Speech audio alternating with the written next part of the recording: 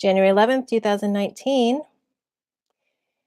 So I've missed 2 days of doing this.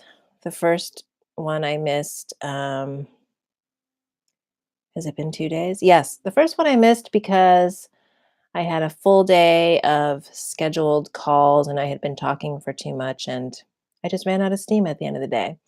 And yesterday we had an internet outage in the entire region where I live. It happens when you live in an isolated enclave. Um, so those are my excuses, and now it's Friday at 8:15 in the morning, and so I'm back. And what I'm dealing with right now is the feeling of this is a familiar feeling when I get excited about a new idea. I put it out there very quickly before people have time to even react to this new thing that I'm doing. And I expect everyone to be on the same page as I am. Then I get discouraged when people don't kind of get it right away and want to sign up. And then I risk not continuing with that idea. So I am dealing with the decision last night to cancel an event that I was going to have this Sunday, which I was very excited about. And I had a nice little core of excitement with three people.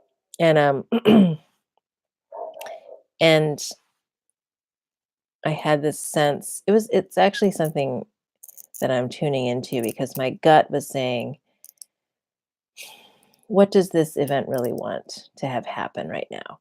Um, and I kind of decided to keep plowing through and pushing forward when really the event told me there's a different way to do this that's more collaborative and takes more time, more patience. But I've never done it that way before, and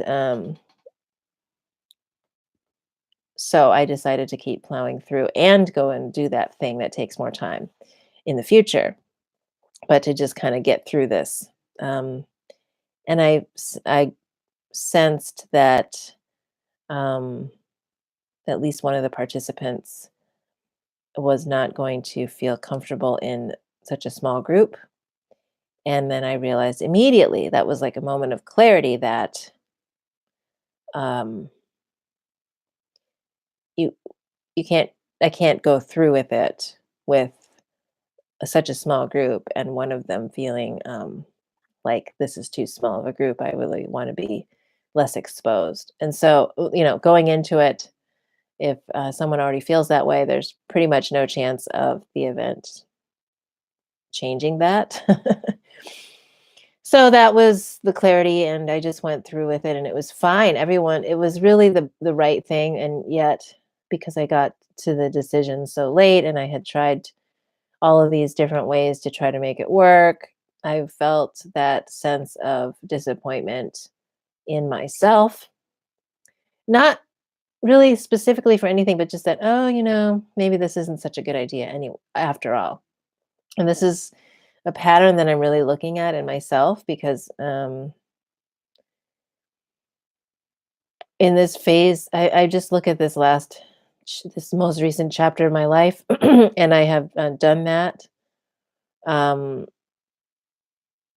several times, and I'm just getting very curious about what that is. Is it really am I being led toward my right life in quotes, or am I um caving to this sense of shame and trying to dart around and find the perfect thing that I'll be quote successful at?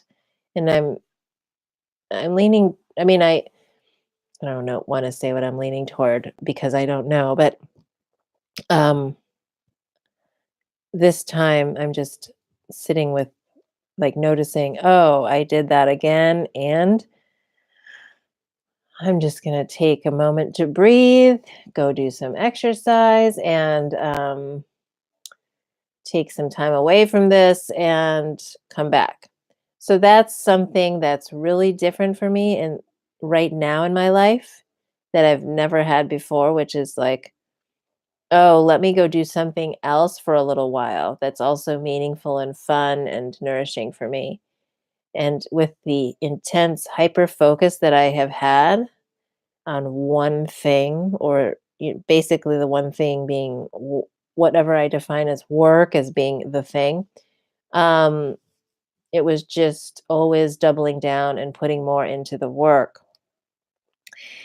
And what I've noticed is that it doesn't always serve um, a creative energy and flow, um, to just keep pounding away at it. That there has to be a way to walk away from a process and come back and come back. That's the key. So, white knuckling um, is one strategy, but it doesn't work for sustained creative practice as I'm learning my own in my own way. Um, and this morning I spent, as I'm doing my dancing, my morning wake up of the body, what I noticed was um, my mind is still kind of divided into two camps of, okay, do I throw all this contemplation or reflection or observing away and just go into this idea of present moment and just push away all the ideas of the past and the future? Um, which what does that mean anyway, right? I mean, if in the present moment you have things that are arising that come from the past, then that has now become the present moment for you. So it's really about asking, how do we relate to that? But I've interpreted those instructions to be like, forget it all. Forget the past, forget the future, just be in the now and stare at the sky, which is a great thing to do sometimes. And the other option that my mind has is like, oh, just, keep digging away and finding, excavating and aspiring.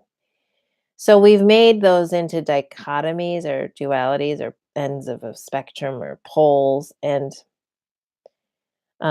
whenever I feel that tension of being torn between these two opposites and having to choose, I know that it's a trick.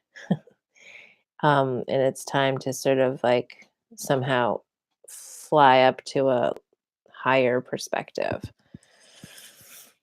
But I was definitely feeling that shame of like, oh, I'm not doing it right.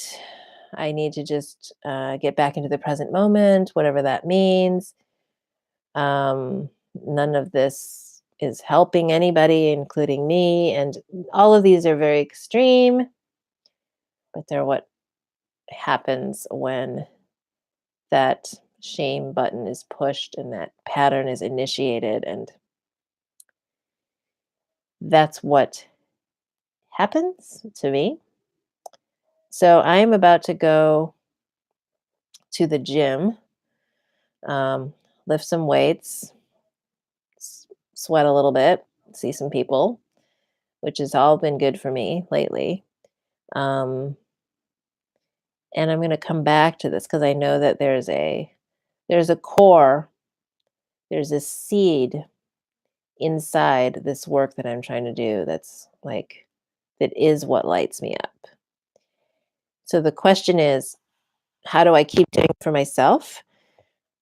Which I'm going to keep doing, which thankfully I've found a community that keeps me in a process where there's a place to show up at a certain time and do this and have to show up with other people there and get exposed and experience whatever happens. And that's so, so good. So that's happening for myself. And then the question is, what is the right pace and timing for me to share this in the world? And I'm still learning that. I'm still learning how to do things in a more um, long term kind of rhythm that gives others a chance to react. um, because I can't really expect other people to move at the pace that my mind moves. What else is happening for me? Um, well, everything shifted last night with the with the canceling of that. I'm just noticing like everything there's a relief, there's a sense of relief that I'm not trying to force something. And this is an interesting thing to think about, right? Because there's an edge, there's a fine line between going to the edge and doing something that is pushing the limits. And then there's forcing. And and so that's why this one was a hard one for me to discern up until, the not the last minute, but up until 3 days before, whether it was forcing or playing at the edge. So it's okay to for me to have taken that time, and nothing is wrong. And so okay, that's another thing that I was thinking about because I had a conference call with a group of coaches um, that I was asked to join. And so this is another thing I noticed about myself. So I was asked to join this group, wanting to collaborate on a future event together of some kind for the public. And I'll just leave it at that to not go into too much detail. But what has happened for me in that group is I notice, and this is an attribute that I have a pattern that sometimes serves me and sometimes bites me in the ass. And that is in a meeting, if I'm there, it doesn't matter whether I'm a volunteer planning a community event or like this, also volunteer, but asked to join something that I don't really have a huge stake in. I'm just like one of several people. I do not have the ability to shut my mouth and just be on the wall observing. I mean, I'm observing, but once I have an observation or a feeling, I don't have the ability to just not say anything. And sometimes that might serve me to just shut up.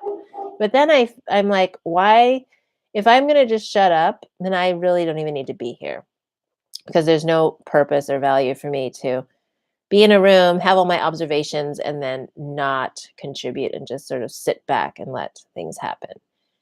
So, I'm learning how it's like, wow, Lisa, you could just dial it back and let other people take the lead and just go with it. So that would be a new area for me to explore if I'm interested. Frankly, I'm not really, but it could be an area where, um, you know, if I'm invited to participate in a group, I don't have to jump into my leadership um, mode. I can just follow. So I'm going to use that because I've been asked to be in another collaborative group um, starting next week. That I'm just going to try to like check myself and say, do I need to really have my say in this, or can I somehow wait a little bit longer and see how things play out and then see if my contribution is really needed. And I don't know why I'm feeling that way. Um, maybe it's that I'm just leading too many things. I feel maybe overwhelmed by having to be the decision maker on so many different things within my own one life that it would be nice to just take a break from that and have somebody else tell me what to do about things that don't matter to me. Um, and that feels good. That's why I go to the gym and have somebody take me through a routine that I don't have to come up with. Um, um, oh, and the idea of having something be wrong. I just am noticing that I this is me too, but I'm trying not to be part of um the problem of feeding our need to be told what's wrong with us. You know, why do we grab, and I want to be one of the team who somehow through some kind of reminders point out what it is that we're doing, that we are, that's already um I don't want to say perfect, but it's already our natural expression of the beauty of who we are, whether that's unresolved conflicts inside of us, the contradictions that exist inside of us, which I think we're really bad as a culture, mainstream culture, at holding that someone is an Olympic champion and suicidal at the same time, referring to Michael Phelps. We somehow, that was a quote that I saw yesterday where he said, helping people through dark chapters of their lives is way bigger than ever winning gold medals. He was referring to his work in helping with ending the stigma around depression and suicide and seeking mental health counseling. This work that he shifted into because after his Olympic run, he, had a bout with addiction, depression, suicide, going into rehab. And I remember reading an article about this maybe 2 or 3 years ago, and then haven't heard about anything about him since. And I sort of sat with, okay, why does that quote actually land in a different way with me? Why does it matter that Michael Phelps, who I have an image of, on a screen and on a Wheaties box, being the winner? Why is winning and being a winner, like Oprah, um, so ingrained in my brain as something, right? What is that? And I'm exploring, like, what has my brain encoded into these anyone who's deemed a winner. And why is it important for him to say, wow, this work that I've been doing with the dark chapters of people's lives and actually being able to support and help them is way bigger than that? Why is that such a huge statement for me to hear? That, like, why is it earth shattering? And it is. Every time I hear someone like Oprah talking about trauma, up until the point where she denied having any effect from her own childhood trauma, it was such an important thing for me to hear until that moment. Um, and because she is somebody that is a winner in our society, she's made herself into that. She stepped into that imagery um, over time. She constructed that.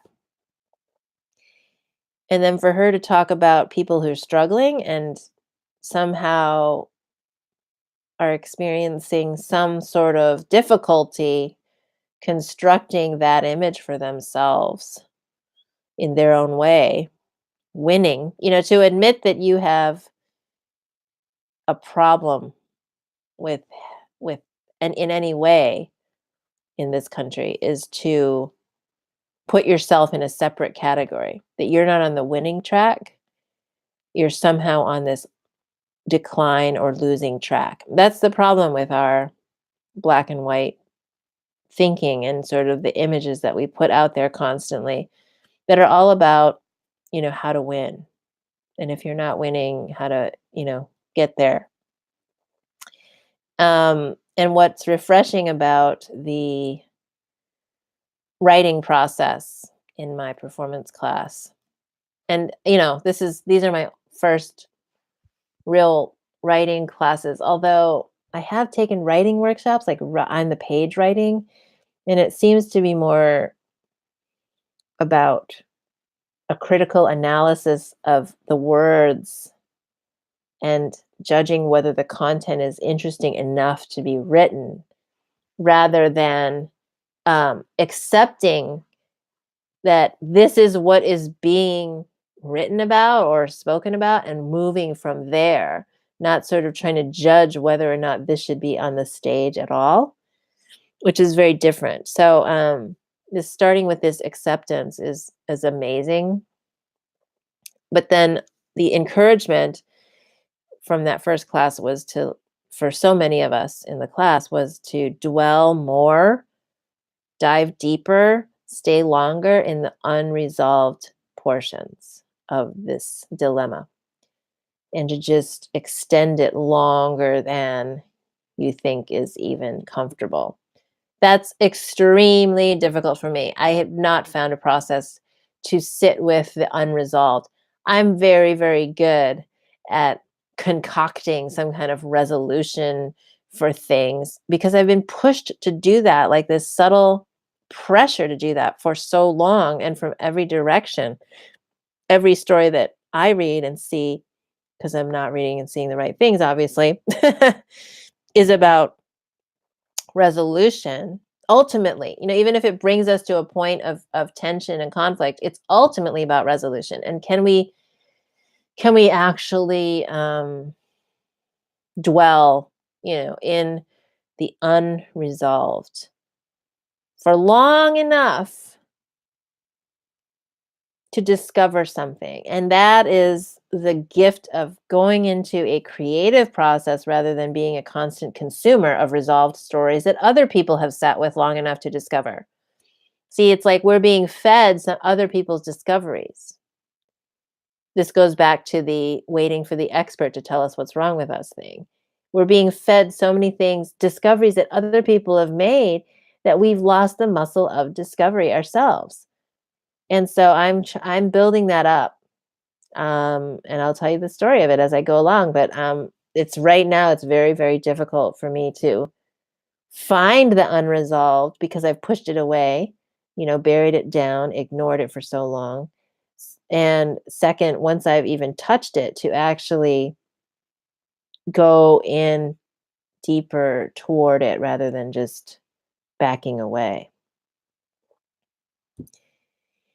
So this process will help me, and I will hopefully discover other processes as I um, really ask myself to dive into it, and we'll see what happens.